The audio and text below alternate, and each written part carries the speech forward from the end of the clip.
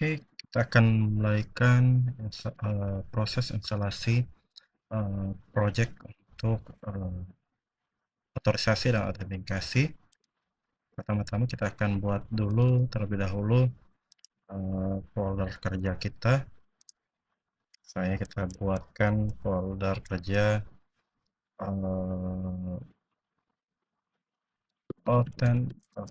autentikasi otorisasi. Oke. Kemudian kita buka ini lewat ini with Visual Studio Code.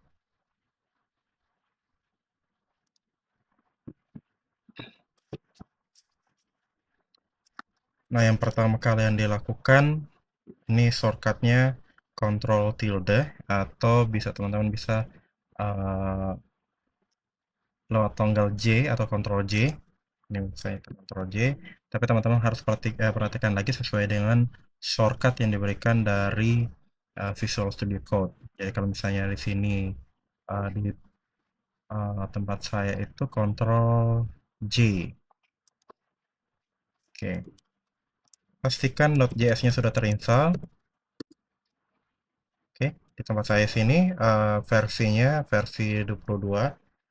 Node.js versi 22, teman-teman bisa pakai versi 20 atau yang pakai 22 atau yang lebih baru juga nggak apa-apa. Oke, hal yang pertama kali yang harus dilakukan yaitu kita akan melakukan inisialisasi terlebih dahulu untuk npm init.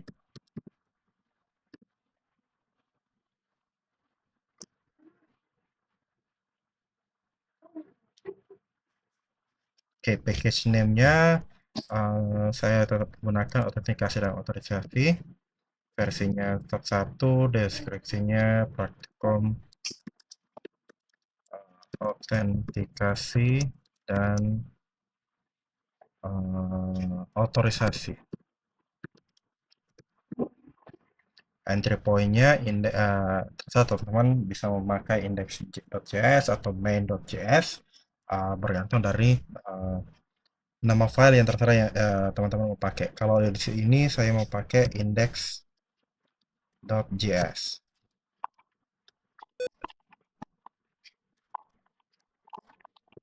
Oke, test command-nya saya kosongkan saja, git repository-nya kosong, keyword-nya tetap kosong, autornya saya sendiri.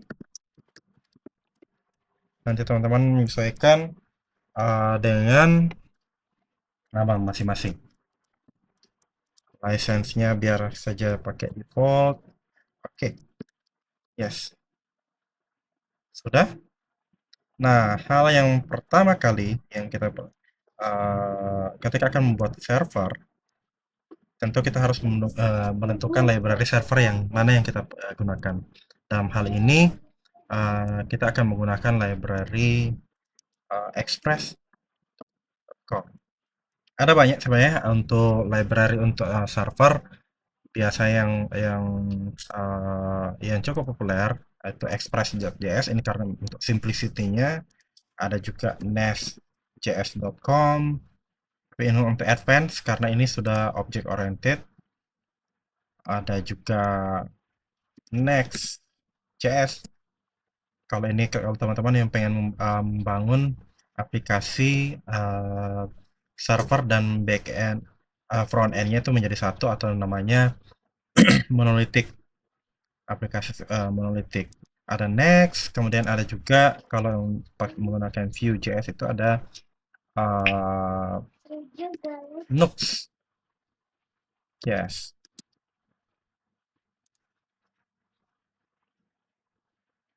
Oke, itu kita hal ini kita akan menggunakan express.js. Nah, untuk instalasinya mengikuti panduan dari website expressjs.com, yaitu npm install express save. Kita akan copy saja, kemudian kita paste di sini.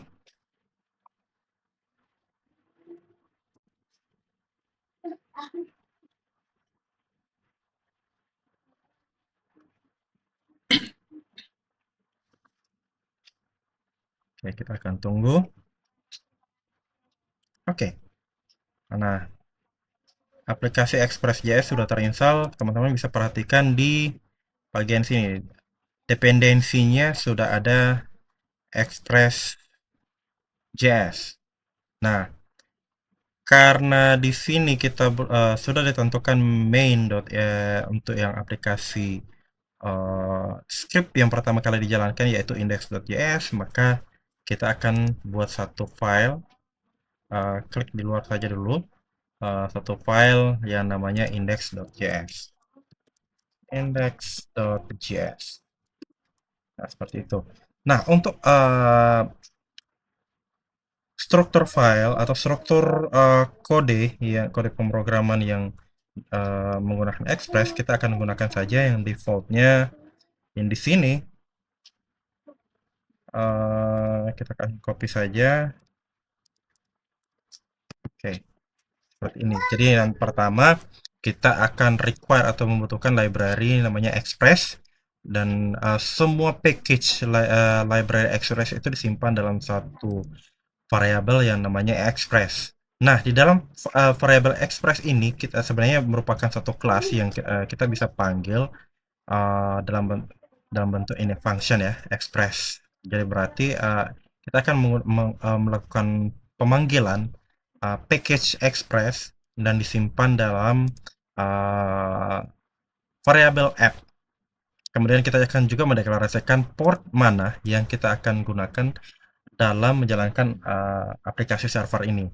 Nah, teman-teman bisa menggunakan port 3000 atau 3001 dan seterusnya. Seperti kalau teman-teman pengen tahu port yang free, yang available, yang umumnya itu digunakan, kita bisa tanya ke Google.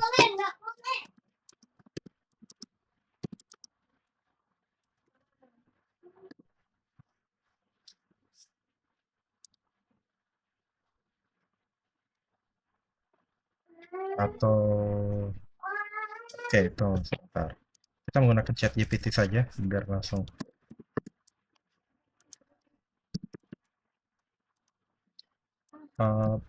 Nomor range port yang bisa digunakan untuk aplikasi server.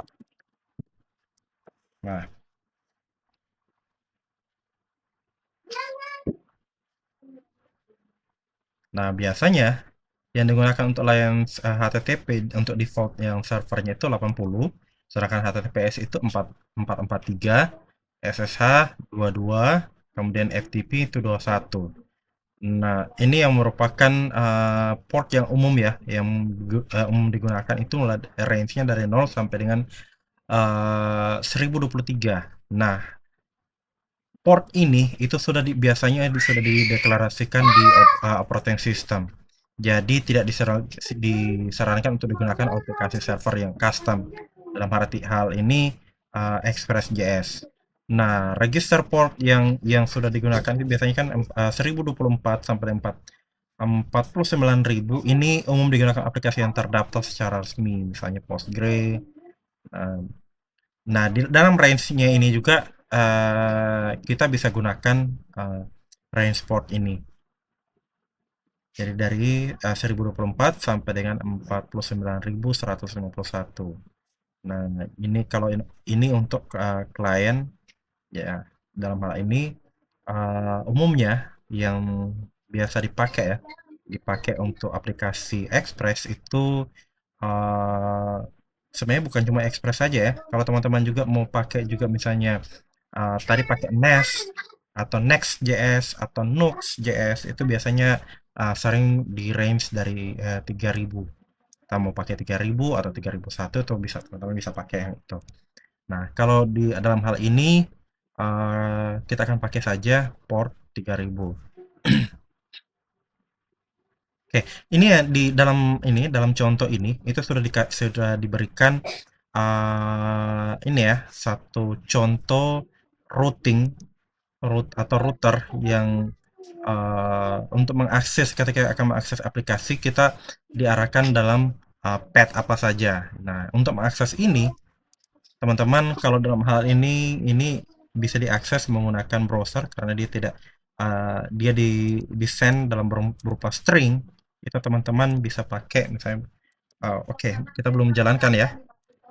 Nah, untuk jalankan pertama itu kita bisa pakai node index.js.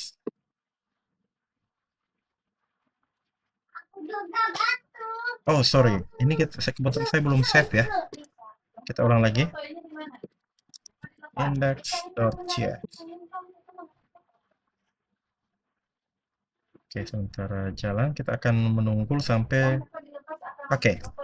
Jika di app listen port berarti dalam artian kita menjalankan aplikasi server, kemudian kita akan listen melalui atau aplikasi kita akan dijalankan menggunakan port ini ya, port 3000. Kalau sudah dijalankan maka akan print console log itu kalimatnya nih, example app listening on port 3000. Kalau sudah muncul seperti ini berarti aplikasi kita sudah jalan. Kita bisa akses misalnya localhost karena kita menjalankan aplikasi secara localhost 3000. Dan ini contohnya di sini berarti cuma slash, kita jalankan slash. Nah, oh, sorry, ini kayak sepertinya masih kita akan ini ya. Ini masih listen ke ini ya, terekam dari ini ya. Karena masih ada kesimpan case-nya project yang sebelumnya. Kita akan menggunakan sini, saya incognito saja. Localhost port 3000 flash. Oke. Dan pesannya yaitu hello world. Seperti ini, hello world. Hello, kita ganti misalnya hello Aurel. Nah, dalam hal ini karena kita menggunakan Node.js itu kita harus matikan terlebih dahulu servernya, kemudian kita harus jalankan lagi. Jadi setiap kali ada perubahan, kita harus memperhatikan terlebih dahulu servernya, dan kemudian kita jalankan kembali.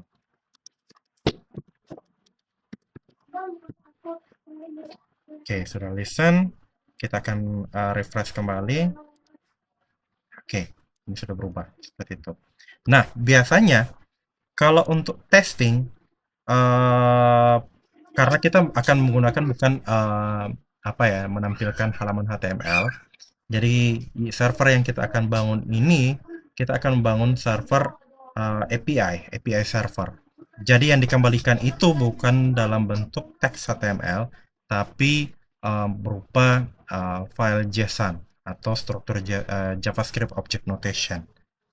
Nah, kita untuk pengecekannya itu kita biasanya menggunakan aplikasi yang umum paling sering digunakan itu Postman.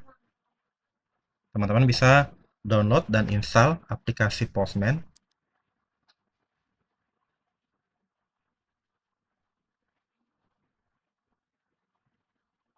Oke, saya close saja dulu project-project yang sebelumnya ini.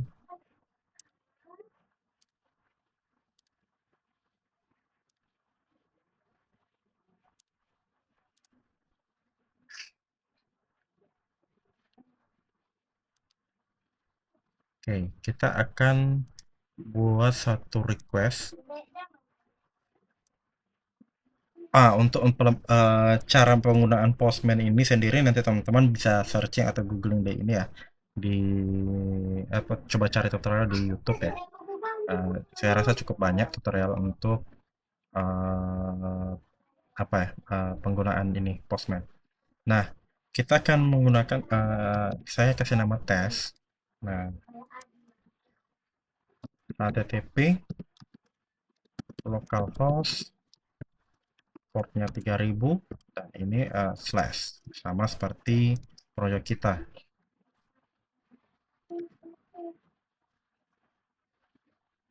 Oh, oke,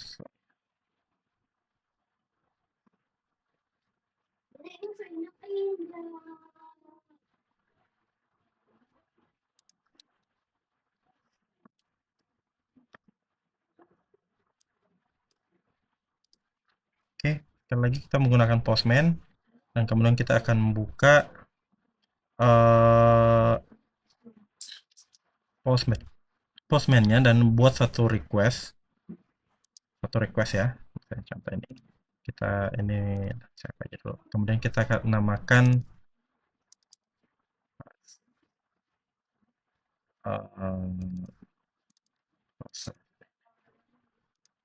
kita namakan saja langsung http localhost portnya 3000 kemudian slash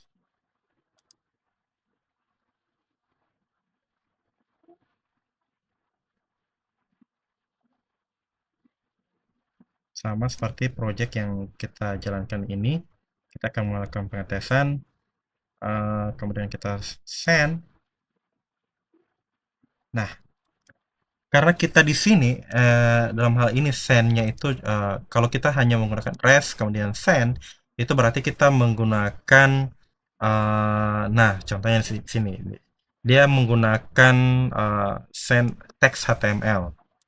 Jadi hello hello Aurel ini itu sebenarnya dibungkus kalau nanti muncul di sini itu merupakan teks HTML. Ini seperti ini ya, muncul ini HTML.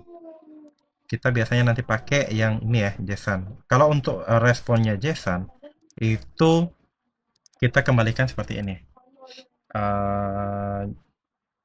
Kalau misalnya tambahkan ada statusnya, status 200, kemudian ini JSON. Oke, seperti itu. Atau misalnya kita kirim dalam bentuk objek, message hello world seperti itu ya. So, save. Nah, di sini kemudian kita tekan tes kembali. Oh ya, ini karena kita belum ini kita matikan lagi. Kemudian kita jalankan kembali. Oke, sudah berjalan, sudah terupdate. Send. Nah, yang dikembalikan dia dalam bentuk JavaScript object notation dan berupa objek. Dan di sini nanti ada satu variabel message yang value-nya itu hello world. Nah, seperti itu ya. Nah, bagaimana caranya agar ketika kita melakukan perubahan, kita tidak perlu lagi selalu menjalankan node kemudian index.js. Itu kita perlu satu package atau satu library lagi yang namanya nodemon. Ini teman-teman bisa cari yang namanya nodemon. Nodemon. Ya.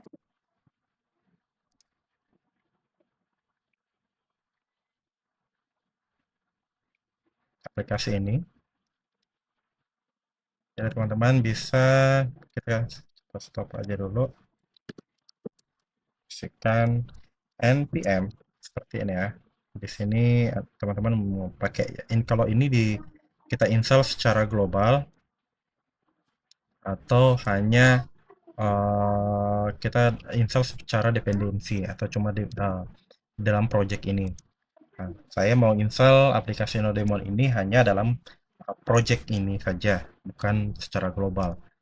Kita caranya yaitu npm install Nodemon, kemudian jangan lupa oh ya mungkin ini ya salah, npm install save, kemudian ini hanya development, jadi save ini dalam artian aplikasi Ya, kita ambil yang versi yang stabilnya. Kemudian dev, berarti kita hanya install dalam untuk development saja, bukan sebagai production. Karena kalau untuk production sendiri, teman-teman bisa karena nanti kan aplikasi kita ini akan di-deploy lagi di server. Nah, di server itu tergantung lagi dari servernya itu sendiri. Apakah kita mau pakai Nodemon atau kemudian kita pakai PM2, itu kebebasan dari teman-teman. Jadi kalau teman-teman pengen untuk nanti di live productionnya itu menggunakan Nodemon, jadi silakan teman-teman pakai yang misalnya seperti ini, Nodemon. Tapi kalau seandainya teman-teman hanya mau install secara sebagai development saja, itu berarti tambahkan dev nodemon seperti ini. Oke, saya mau install yang ini ya untuk development saja. Oke, ini sudah terinstall. Teman-teman bisa cek lagi di sini. Nah, ini bakal muncul perbedaan ya. Kalau misalnya teman-teman pakai hanya save saja, itu akan masuk dalam dependensi yang nanti akan dibawa dalam live production. Sedangkan kalau kita tambahkan dev, berarti dia akan masuk di dalam dev dependensi. Dalam artian, ketika akan menjalankan npm install, itu ini hanya akan jalan dalam mode development saja. Sedangkan untuk production, itu kita tidak akan menggunakan Nodemon gitu ya. Nah, agar kita menjalankan itu tidak perlu lagi misalnya ini ya, misalnya seperti ini kan kita akan menjalankan node index, kita tambahkan saja di dalam script biar nanti selanjutnya kita hanya menjalankan npm run dev itu.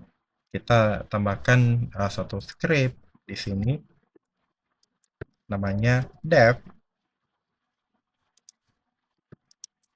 Ini akan kita execute seperti ini, node daemon nodemon index.js. Nah, misalnya kalau teman-teman kalau bikin juga yang start atau yang production ya, misalnya start atau prod, itu misalnya teman-teman pakai yang apa namanya PM2, jadi terserah ya. Kalau itu ada kebebasan dari teman-teman kalau mau pakai yang mana. Nah, kita dalam hal ini kita hanya sampai ke development saja dulu.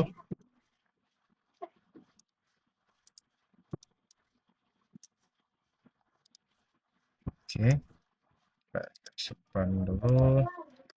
Kemudian kita jalankan. Karena kita sudah pakai Nodemon, berarti setiap ada perubahan di semua file, jadi dalam struktur file, kita akan dibaca pertama kan indeks.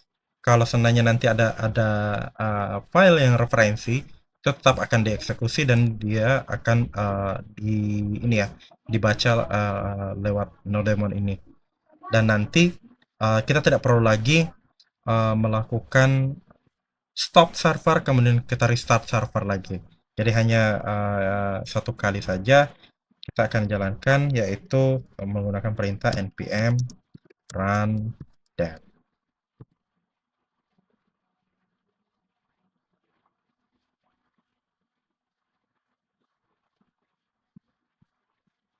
Oke, di sini sudah jalan example app listening on port 3000 ya, port 3000.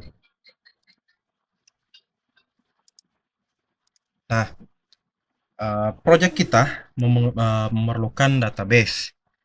Database yang kita gunakan, kita menggunakan untuk saat ini, kita menggunakan SQLite.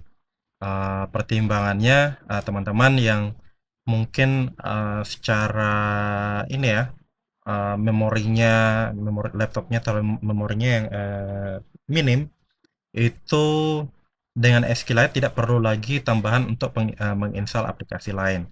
Jadi teman-teman bisa menggunakan database SQLite. Nah, database SQLite ini berbeda dengan misalnya kalau teman-teman belajar ada yang MySQL, ada database MySQL, atau kalau misalnya pakai yang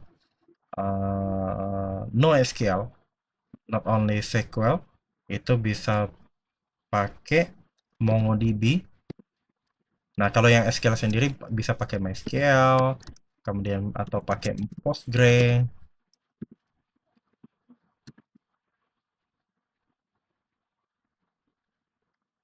itu bebas ya. Nah, kita akan pakai yang SQLite.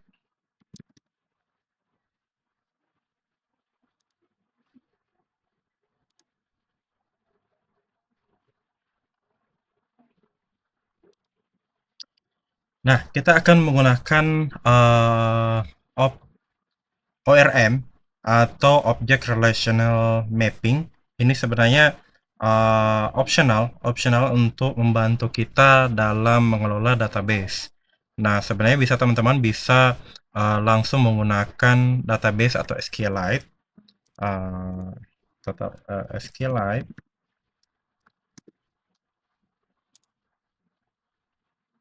Hanya saja hal ini kalau misalnya teman-teman kita akan beralih menggunakan database yang lain, itu kita harus mengubah seluruh code yang kita miliki. Nah, dengan adanya ORM ini akan membantu ketika akan migrasi database, kita tidak perlu lagi membuat apa namanya struktur datanya baru lagi, karena biasanya kalau untuk struktur datanya itu setiap database itu berbeda. Nah, dengan adanya ORM, struktur data kita hanya dideklarasikan dalam satu metode. Nah, dalam hal ini di sini nanti ada ORM-nya macam-macam ya. Kalau di sini kalau saya tanyakan di ChatGPT, yang ORM yang cukup populer di JavaScript atau Express.js yang di ini ya dipakai barengan sama Express.js, itu ada Prisma atau Sequelize atau Type ORM atau Objection.js atau Micro ORM. Nah, dalam hal ini saya biasanya familiar pakai menggunakan Prisma, Sequelize sama Type ORM. Nah, untuk saat ini kita akan menggunakan Sequelize. Saya rasa kalau untuk menggunakan Sequelize cukup mudah ya, untuk teman-teman pahami. Nah, untuk Sequelize sendiri itu untuk database yang support itu Postgre, MySQL, SQLite sama Microsoft SQL. Tutorialnya teman-teman bisa buka di sequelize.org /docs untuk ini slash versi 6. Dalam hal ini saya pakai yang versi yang terbaru.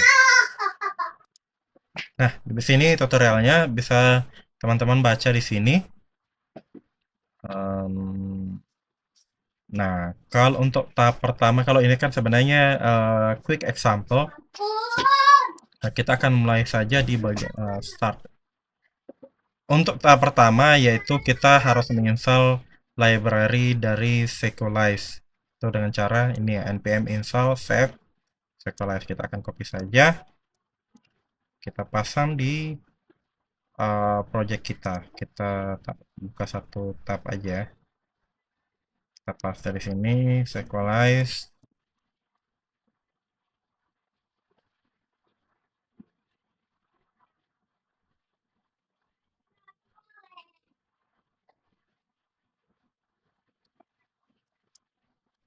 Oke, sambil menunggu, sini kita bisa baca lagi.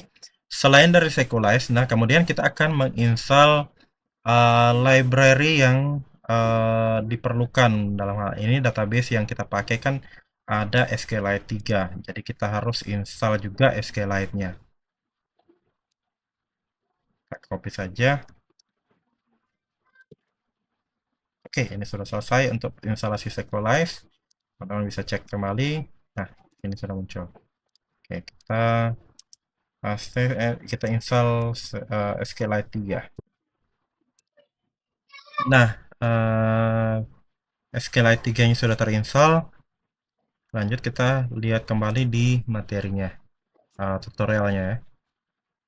Nah, sekarang bagaimana caranya untuk connect ke database. Nah, ada tahap pertama, kita buat satu file yang mendeklarasikan Sequelize dan kemudian inisialisasi tabelnya. Nah, SQLite ini bisa support untuk ini ya, disimpan dalam memori atau disimpan dalam storage. Ada dua cara yang bisa dipakai, SQLite memory atau SQLite storage. Nah, yang kita akan pakai hal ini, kita akan menggunakan storage ya. Memang kalau teman-teman hanya menggunakan memori bisa. Ini memang keunggulannya, teman-teman bisa menjalankan aplikasi itu sangat cepat karena semua database-nya itu tersimpan dalam memori. Nah, yang jadi konsekuensinya berarti resource yang kita perlukan yaitu memorinya itu atau RAM-nya itu harus cukup besar untuk menyimpan. Sedangkan kalau untuk data-datanya yang cukup besar, itu kita harus menggunakan yang disimpan di dalam storage ya, di dalam storage. Kita tidak menggunakan yang memori.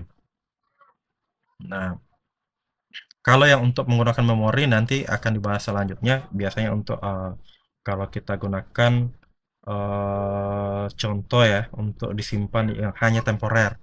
Karena kalau menggunakan memori dalam artian ketika server dilakukan restart, berarti semua data-datanya akan hilang, akan kembali menjadi ke awal lagi ya. Oke, kita buat satu file. Mungkin konfigurasinya saya simpan dalam folder config saja dulu. Config. Nah, di sini akan saya buatkan satu file yang namanya SQLite config ya. config.js. Seperti ini. Nah, kita pertama kita import atau kita ambil dulu, kita simpan, kita panggil satu ini ya. Ini dalam berarti kita menginisialisasi atau memanggil salah satu library yang di dalam bukan library ya. Kalau bilang ini bisa jadi sebuah function yang function di dalam ini library Sequelize. Kita kopikan saja dulu, kemudian ini kita menggunakan SQLite yang disimpan dalam storage.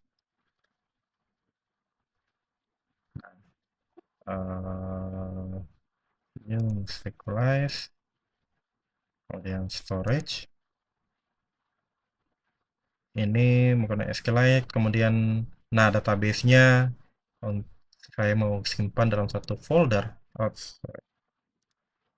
Ini mau di luar ya, bikin satu folder yang di luar namanya data. Nah, di sini kita arahkan untuk storage-nya itu ke sini ya, folder data. Ini karena dia berada di ini, saya pakai saja misalnya begini, seperti ini.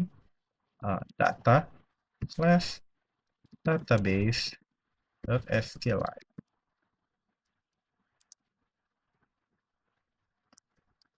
Oke, seperti ini.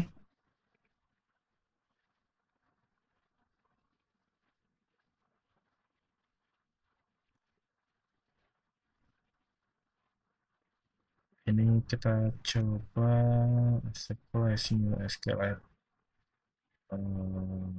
Ini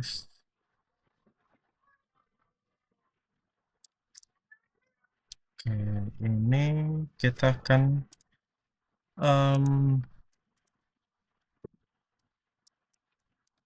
ekspor saja sini, ekspor default Sequelize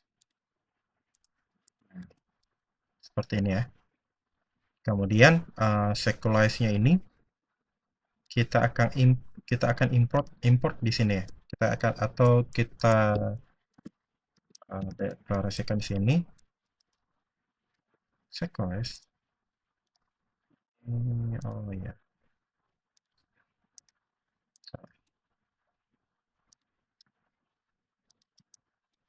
const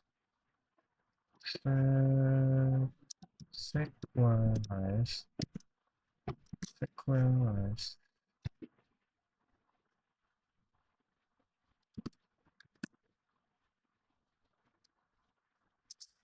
Sebentar, kita split aja sebentar. Oh ya, sequelize require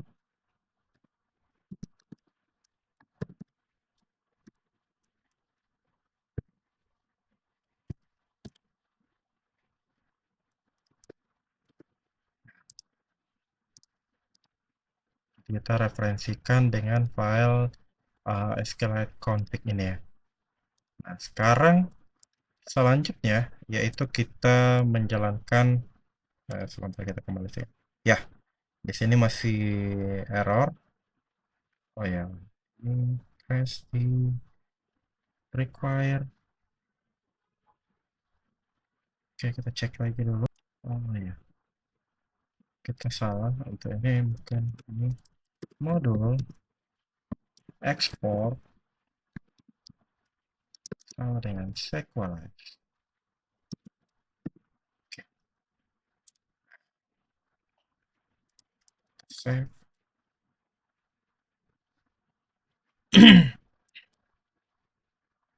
Nah, kita akan ini ya. Selanjutnya kita akan membuat atau kita melakukan sinkronasi tiap kali aplikasi server ini dijalankan, kita akan melakukan synchronize terlebih dahulu pengecekan untuk apa namanya koneksi ke database SQLite-nya kita. Jika belum terkoneksi, kita akan kembalikan error atau respon kalau database belum ready ya. Atau kalau kita akan melakukan pengecekan juga ketika user akan mengakses suatu routing atau kita biasanya disebut dengan endpoint, itu pengecekan terlebih dahulu apakah database itu sudah ready atau belum. Jangan sampai kita sudah mengakses satu endpoint tapi database-nya belum ready. Oke, selanjutnya karena kita sudah import di sini Sequelize, kita akan melakukan pengecekan. Nah, di tutorial Sequelize untuk pengecekan database kita sudah terkoneksi atau belum, itu ada ini ya, sudah dikasih contoh ya, testing the connection. You can use the authenticate function to test if the connection is okay. Jadi kita akan mengimplementasikan code ini ke dalam code kita. Nah, dalam hal ini kita akan pakai ini ya, yang di dalam index, karena ini kan yang file yang pertama kali dieksekusi dalam program kita. Nah, kalau saya lihat di referensi sini kan pakai try catch ya. Sebenarnya ada cara lain selain menggunakan try catch, yaitu langsung menggunakan misalnya Sequelize authenticate. Nah, ini karena saya menggunakan satu library yaitu Copilot, teman-teman bisa pakai sini ya, Copilot.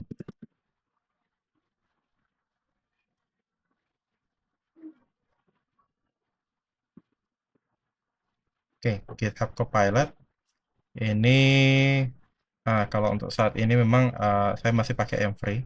Jadi teman-teman bisa, kalau teman-teman memiliki ini cukup dananya, bisa beli ini ya, berlangganannya. Kalau yang untuk free memang ada batasannya, per hari itu hanya berapa ya kalau nggak salah.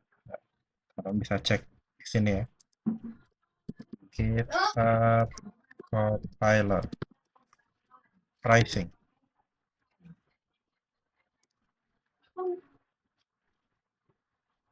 Nah, di sini ya. Jadi kalau yang untuk free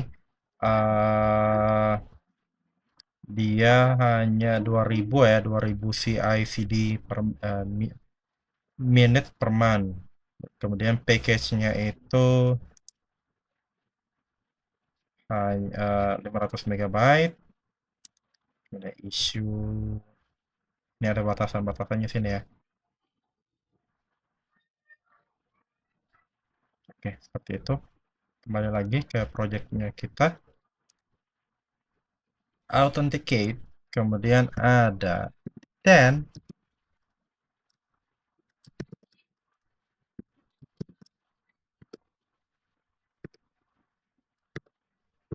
akan ikut saja code-nya. Oke, jika sudah, kemudian kita akan simpan. Kita cek dalam lognya. Oke, example app atau mungkin kita jangan ini ya. Ini kita ganti misalnya ini project kita itu kan ini ya praktikum praktikum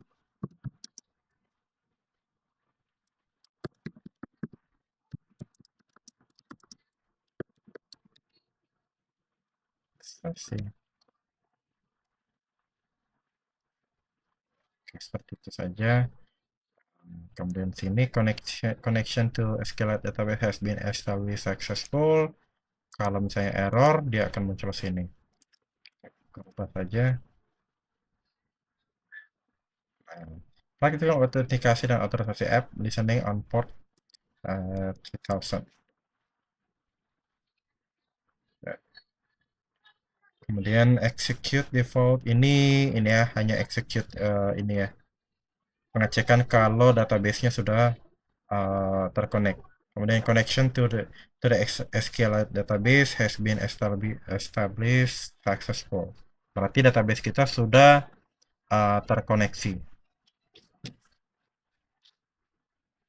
Tahap selanjutnya yaitu kita akan membuat model dari database kita atau struktur datanya. Kita bisa kembali lagi ke sini. Jadi nanti ada tutorialnya di sini bagaimana untuk cara pembuatan model di menggunakan Sequelize itu sini. Seperti ini ya. Kalau ini itu karena kebetulan dia ini ya dia dideklarasikan new Sequelize SQLite memory. Jadi kita akan membuat satu folder. Kita akan buat satu dalam folder sini struktur datanya kita akan buat folder namanya model.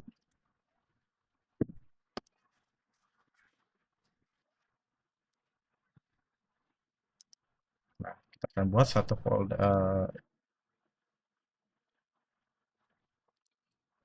model mungkin kita buat pertama yaitu user.model.js seperti itu.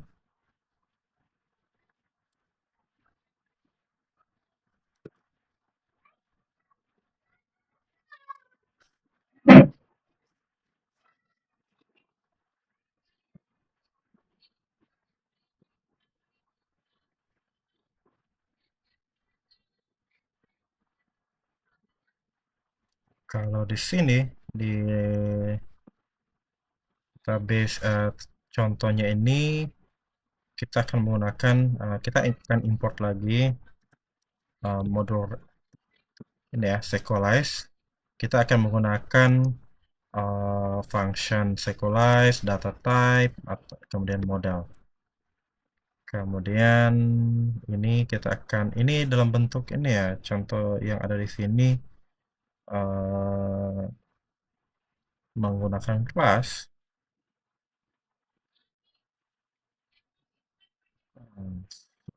extending.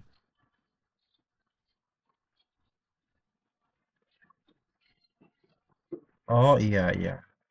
Ini kalau menggunakan sequelize define. Jadi ada beberapa metode model definisi yang bisa dipakai ya. Pertama menggunakan sequelize define atau menggunakan extending model.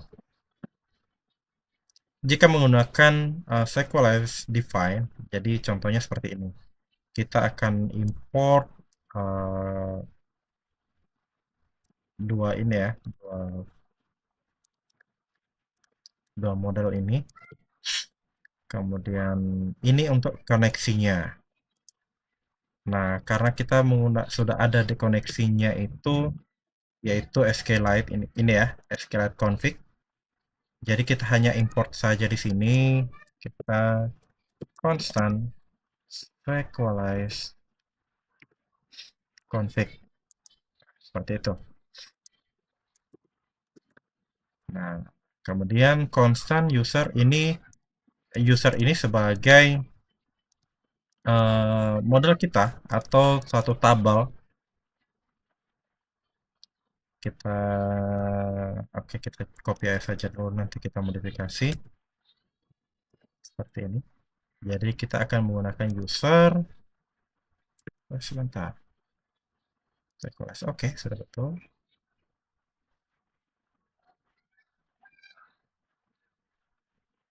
Berarti ini karena ini kita tidak menggunakan lagi ini sudah didefinisikan di sini ya. Berarti ini satu function ini kita abaikan. Kemudian bikin user sequelize define, nama tabelnya itu user. Nah, kita pertama deklarasikan misalnya kita mau ada ID ya. ID dalam ID-nya nanti ada tipe datanya apa? Data types itu oke, kita pakai saja dulu yang pertama integer. Berarti ini masuk jadi primary key true. Kemudian auto increment kita bikin true. Allow null-nya berarti dalam artian ID ini wajib harus terisi. Oke, kemudian kita ada username. Username-nya itu type-nya string, kemudian allow null-nya kita false, unique jadi artian berarti harus terisi ya, berarti allow null-nya itu masih false. Kemudian ada email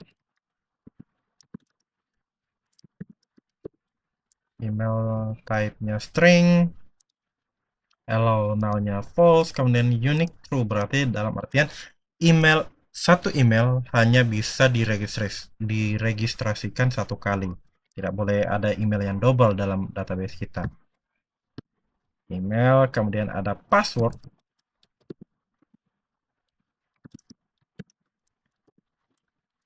Type-nya berupa string, kita akan simpan dalam bentuk string.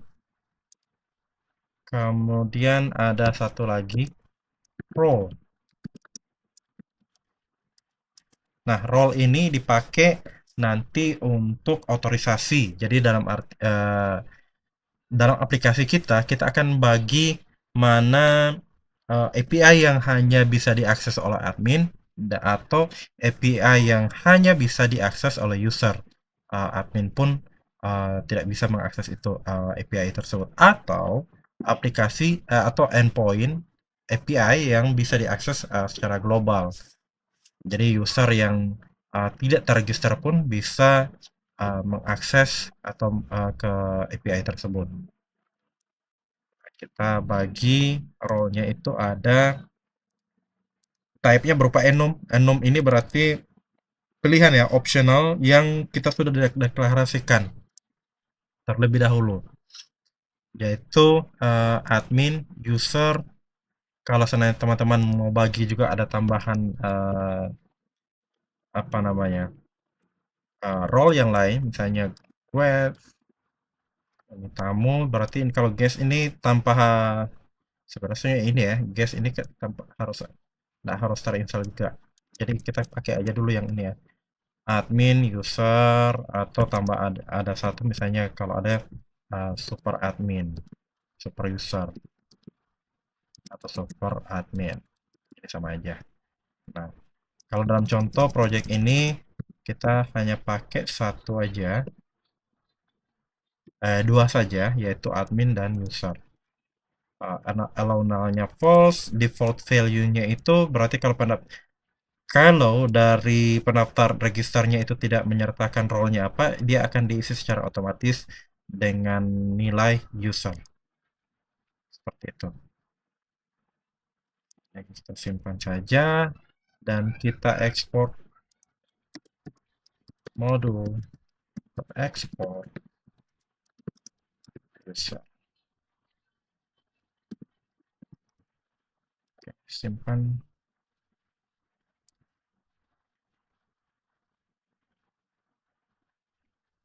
Ini jika menggunakan. Nah, sekarang bagaimana caranya untuk menggunakan uh, ini ya, menggunakan model ini atau untuk query. Nah, kita coba cek SQLite.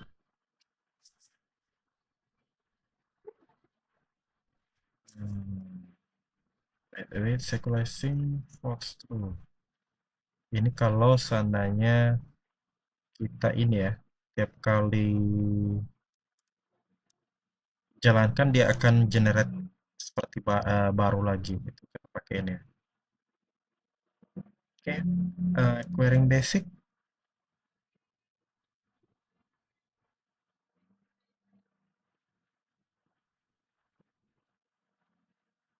Oke, berarti tinggal import ke halaman index.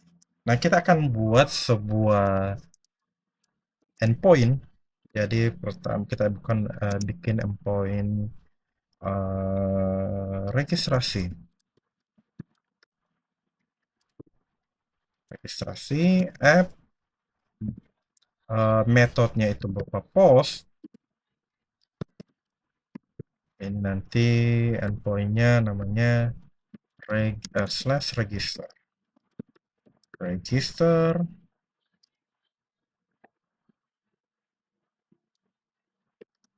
Di dalamnya sini ada kita deklarasikan request, mengambil parameter semua yang ada di request, kemudian respon. Ini nanti dipakai untuk output kembalian ke itu.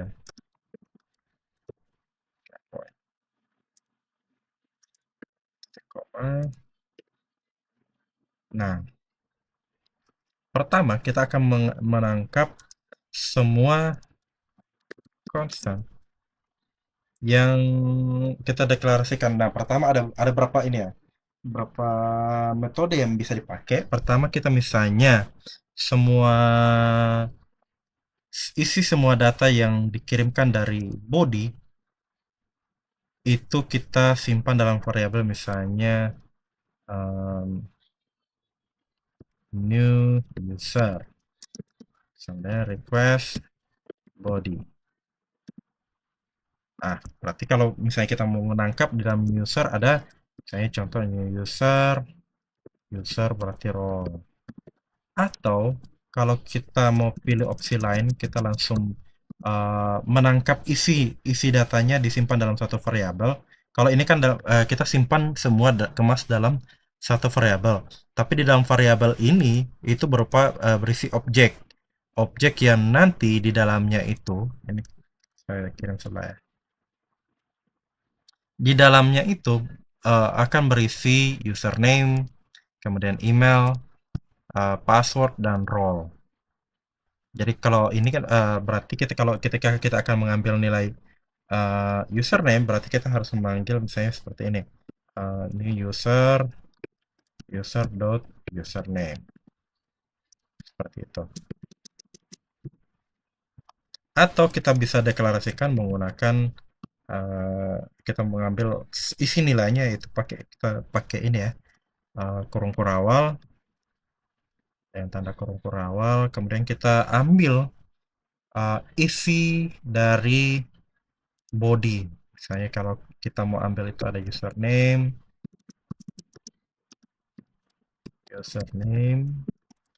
email, kemudian password, dan kemudian role. Dan kemudian role-nya ini, oke, ya kita import dulu ya, constant user. Oke,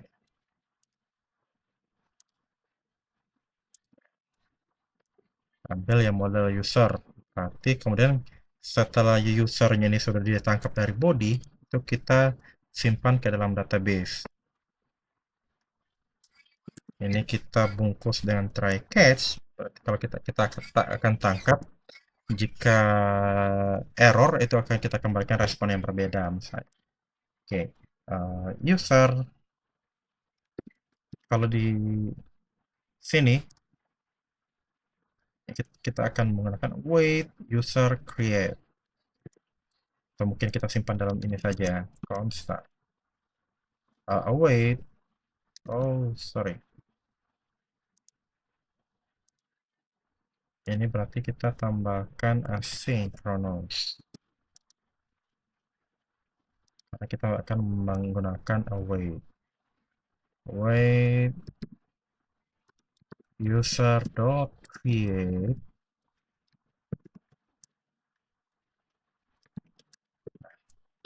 baru isi datanya.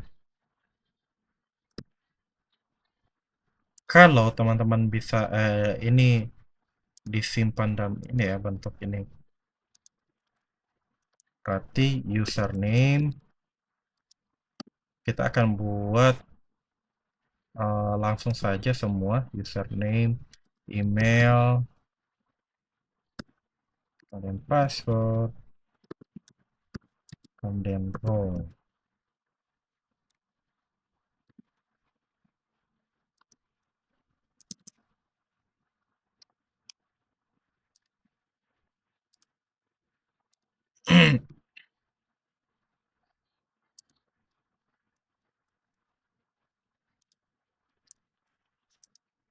Baru kita akan kembalikan return response status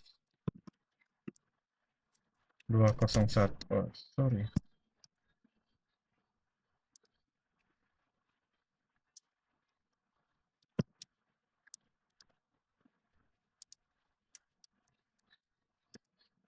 Dua ratus satu dot json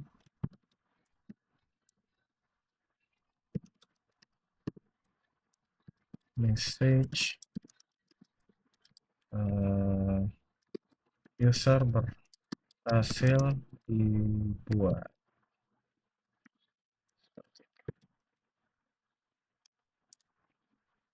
Jika error, maka kembalikan return response.status 500.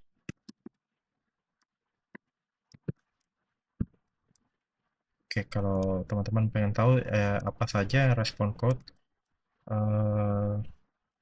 jelaskan masing-masing response code HTML.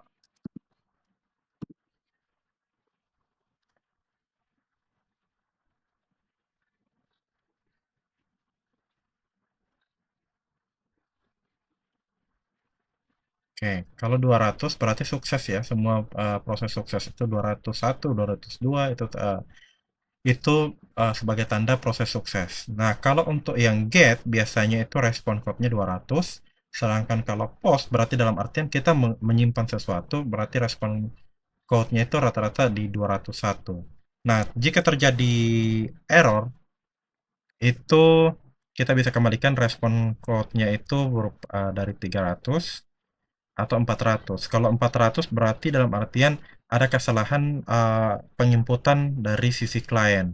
Sedangkan kalau 500 itu berarti ada kesalahan dari sisi server. Nah, dalam hal ini, kalau misalnya ini kan kita baca proses penyimpanan data ke database. Jadi kita akan kita catch atau kita bungkus try catch. Jika proses ini dalam sini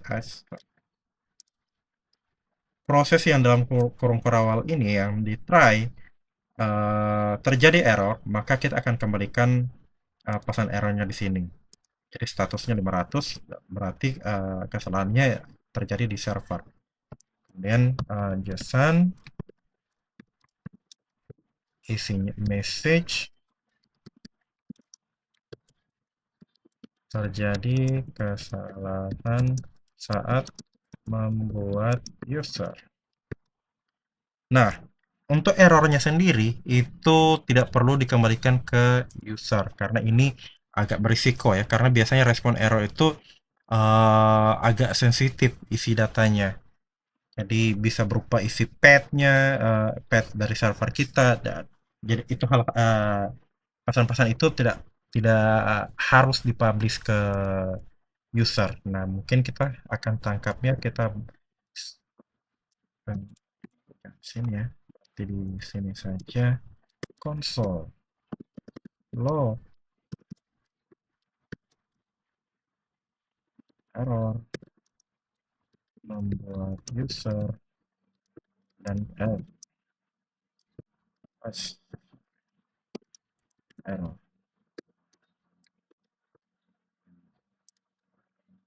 Seperti itu. Simpan. Oke, semua berhasil. Lalu kita akan melakukan pengujian di register dengan metodenya post. Kita akan buat sebuah request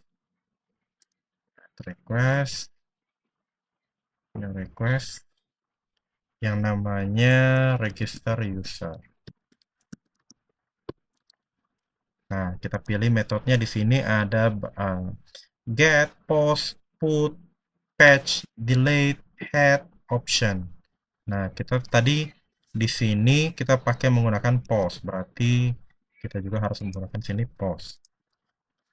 URL-nya ada di http localhost 3000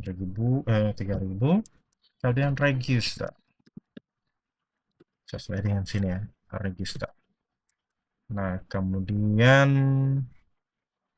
di body kita akan mengisi datanya. Saya bisa menggunakan row ya, biar teman-teman familiar di sini struktur data yang nanti dari front end bentuk yang akan dikirim seperti apa.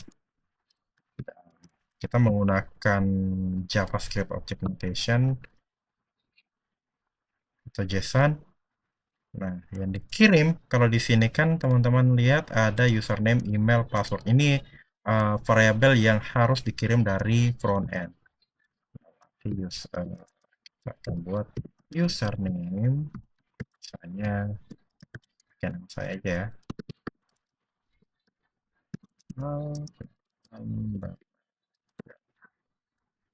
Kemudian ada emailnya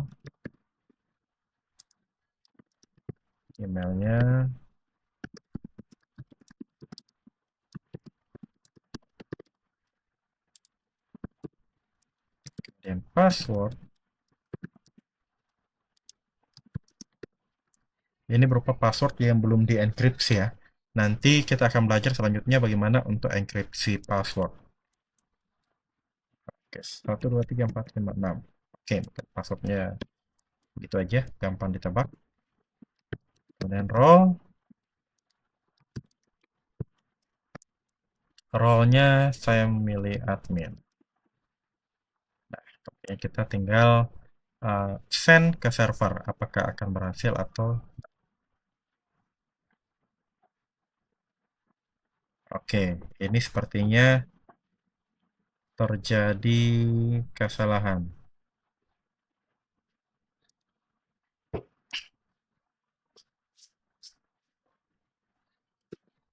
periksa.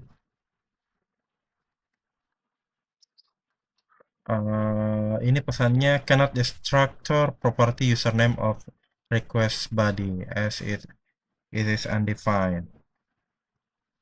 Username.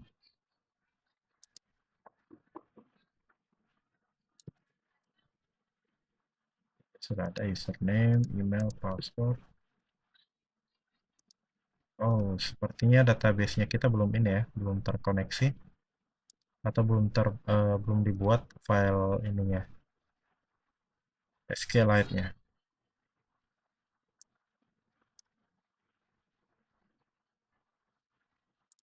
Oke, mungkin tahap pertama kita coba cek aja dulu apakah data kita memang betul-betul sudah terinstall atau errornya itu di bagian ini ya, create usernya. Ini kita akan coba kembalikan return response jajasan isi datanya. Kita akan kembalikan ini ya, request.body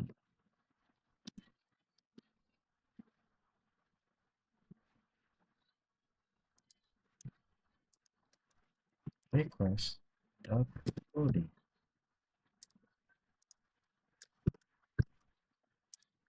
Oke, kita akan save terlebih dahulu. Database-nya sudah terkoneksi tapi tabelnya itu belum terinisial.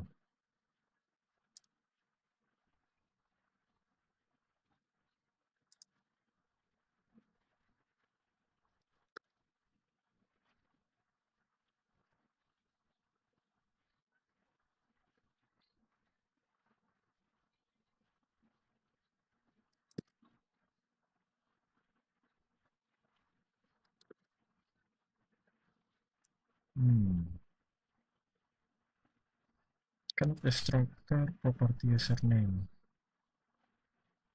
Oke, kita coba kita komen aja karena dia pesannya tidak bisa di destruct dari request body. Kita akan lihat isi dari bodinya apa yang dikembalikan. Send. Oh, kosong ya di sini ya. Oke, saya tambahkan di sini ada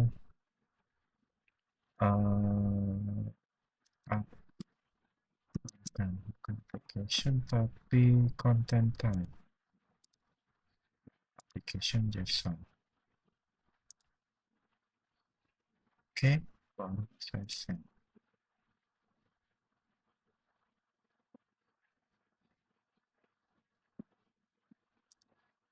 Oh, iya, ada yang kelupaan ya, teman-teman. Di sini teman-teman harus menambahkan, karena ini kita akan destruct destructing ini ya. Di sini kan errornya itu destructor property of username dari ini ya, variable body. Bodinya ini kita belum bisa dibaca isi datanya itu sebelum kita panggil ini use express JSON.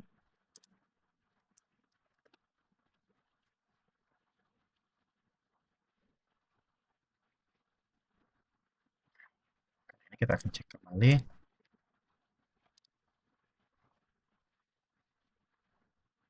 Nah, data yang diketikkan sudah jadi, berarti ini kita akan buka kembali komennya seperti ini saya komen saja ini, untuk komen sama uncomment itu control slash ya di keyboard. Oke, saya save, kemudian kita akan simpan ke database. Kita coba eksekusi kembali data ini. Nah, terjadi kesalahan, kita cek kembali. Nah, errornya itu no such table users. Jadi tabel usernya itu belum berhasil dibuat. Oke, mungkin ini storage-nya ini belum jadi, atau kalau seandainya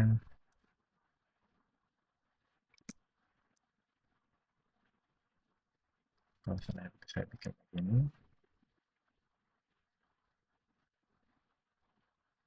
Nah, sepertinya itu ya. Ini kesalahan saya, berarti bukan double ini ya, double double titik, tapi cuma hanya satu aja. Database, SQLite sudah sama ya. Ini struktur datanya, teman-teman bisa kalau sudah install SQLite, ini SQLite editornya, saya menggunakan ini ya, SQLite 3 editor. Jadi teman-teman bisa install di Visual Studio Code teman-teman. Nah, kalau sudah terinstall, itu teman-teman bisa tinggal klik aja ini, atau open, apa namanya, SQLite editor.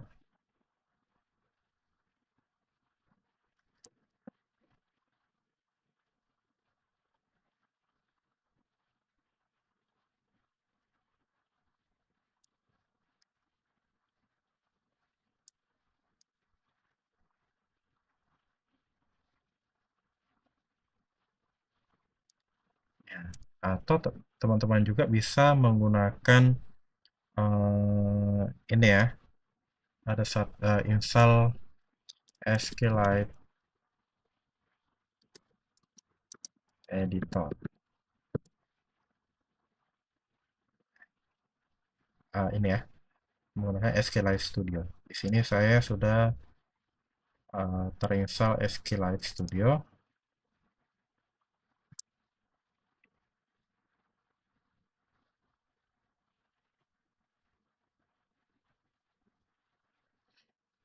Oke, saya close ini database yang atau saya delete aja dulu ya. Remove database.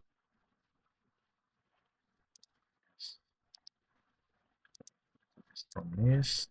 Nah, untuk mengambilnya itu, jadi teman-teman add database, kemudian arahkan di mana folder database. Jadi kita buka folder praktikum, autentikasi. Oh, rupanya tadi itu ini ya, dibuat di luar, di luar strukturnya kita. Oke, seperti itu. Kita,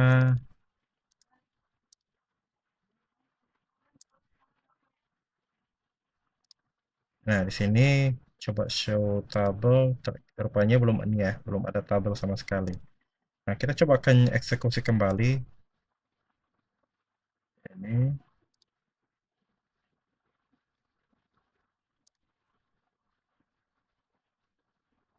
Oh, sepertinya memang belum ini ya. Saat dia memanggil ini, uh, Sequelize Authenticate, yaitu dia belum langsung generate